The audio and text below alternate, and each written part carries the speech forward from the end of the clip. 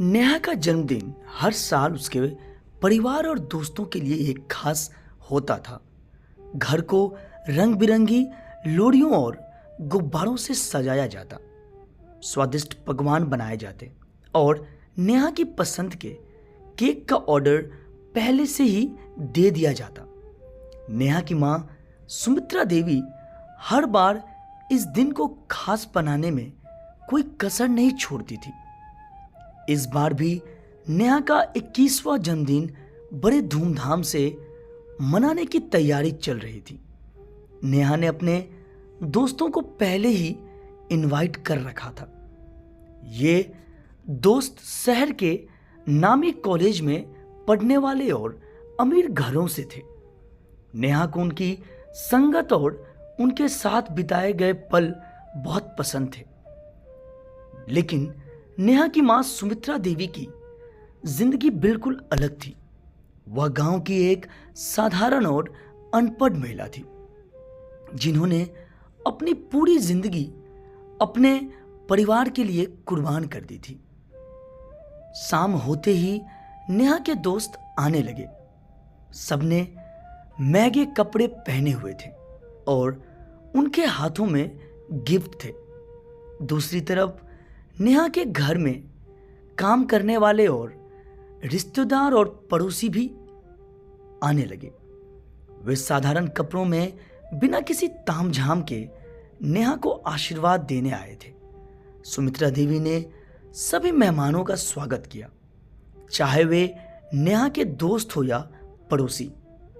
जब सब मेहमान आ गए तो नेहा की मां ने उसे केक काटने के लिए बुलाया। सुमित्रा देवी ने प्यार से कहा, नेहा बेटा, चलो केक काट लो, सब तुम्हारा इंतजार कर रहे हैं। नेहा, जो अपने दोस्तों के साथ बैठी थी, थोड़ा झुंझला गई। उसने गुस्से में कहा, मां, ये कौन लोग हैं जिन्हें आपने बुलाया है? ये सब अनपढ़ और जाहिल लोग हैं। मुझे अपना बर्थडे इन लोगों के साथ नहीं मनाना। नेहा के इस कथन पर वहां सन्नाटा छा गया। सुमित्रा देवी की आंखों में दर्द झलकने लगा, लेकिन उन्होंने कुछ नहीं कहा। उन्होंने मन में सोचा, ये वही बेटी है जिसके लिए मैंने अपनी पूरी जिंदगी दांव पर लगा दी। आज मेरी पहचान और मेहनत उसे अनपढ़ और जाहिल लग रही है। नेहा ने फिर अपने दोस्तों की ओर देखा और कहा, मां, मेरे दोस्त आ गए हैं, मैं उनके साथ ही केक काटूंगी। आप इन लोगों को अलग कमरे में भेज दीजिए।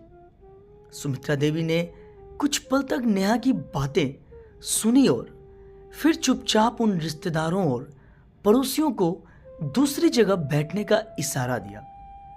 नेहा ने अपने दोस्तों के साथ केक काटा। दोस्तों ने थाली बजाई और सबने खूब मस्ती की। लेकिन दूसरी तरफ सुमित्रा देवी और बाकी रिश्तेदारों के चेहरे पर उदासी थी। नेहा को उनकी परवाह नहीं थी। उसके लिए उसकी शान और उसके दोस्तों की राय सबसे ज्यादा मायने रखती थी।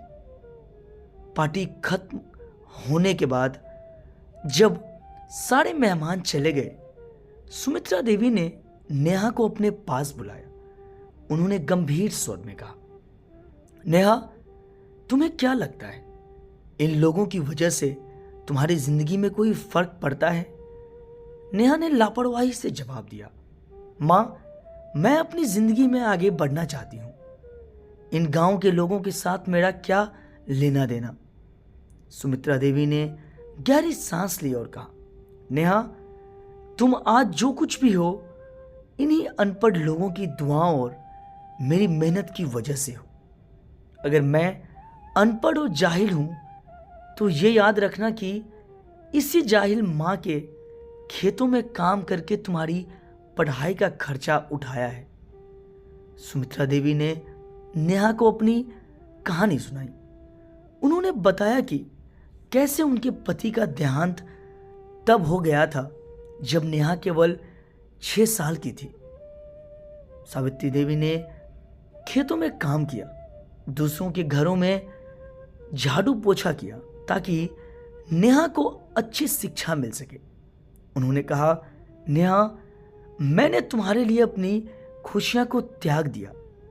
तुम्हारी पढ़ाई और तुम्हारी हर ख्वाहिश को पूरा करने के लिए मैंने अपने सपनों की बलिदान दे दी, और आज तुम मुझे और मेरे जैसे लोगों को जाहिल कहती हो। नेहा के अंदर शर्म और ग्लानि का सैलाब उमड़ गया। उसने रोते हुए कहा, माँ, मुझे माफ कर दो। मैं समझ नहीं पाई कि आपके त्याग का महत्व क्या है। मैं अपने दोस्तों और उनकी नकली चमक धमक के पीछे भाग रही थी, लेकिन असली खुशी और सम्मान तो आपके पास है। सुमित्रा देवी ने उसे गले लगाते हुए कहा, नेहा, जिंदगी में कभी भी किसी इंसान को उसकी शिक्षा या पहनावे से मत आंकना। इंसान की असली पहचान उसके कर्मों और उसकी सोच से होती है। उस दिन नेहा ने अपनी माँ और उनके रिश्तेदारों से माफ़ी मांगी। उसने अपनी गलती को महसूस किया और वादा किया कि वह अब अपनी जड़ों को कभी नहीं भूलेगी। सुमित्रा देवी की आंखों में संतोष की झलक थी। नेहा ने उस दिन यह सीखा कि इंसान की पहचान उसकी शिक्षा या हैसियत से नहीं, बल्कि उसके दिल की सच्चाई से होती है। माँ, मैं वादा करता हूँ कि अब से आपका हर जन्मदिन मेरे लिए सबसे बड़ा त्योहार होगा, और आपकी मेहनत और प्यार का कर्ज मैं कभी नहीं भूलूंगी। सुमित्रा देवी ने मुस्कुराते हुए कहा, नेहा, मेरे लिए तो हर दिन ही त्योहार है जब मैं तुम्हें खुश और समझदार देखती हूँ। इस तरह नेहा का वह जन्मदिन उसकी ज़िंदगी का सबसे बड़ा सबक बन गया। दोस्तों, अगर ये छोटी सी कहानी आपको अच्छी लगी हो तो प्लीज़ चैनल को लाइक और सब्सक्राइब जरूर करें। कहानी सुनने के लिए बहुत बहुत धन्यवाद।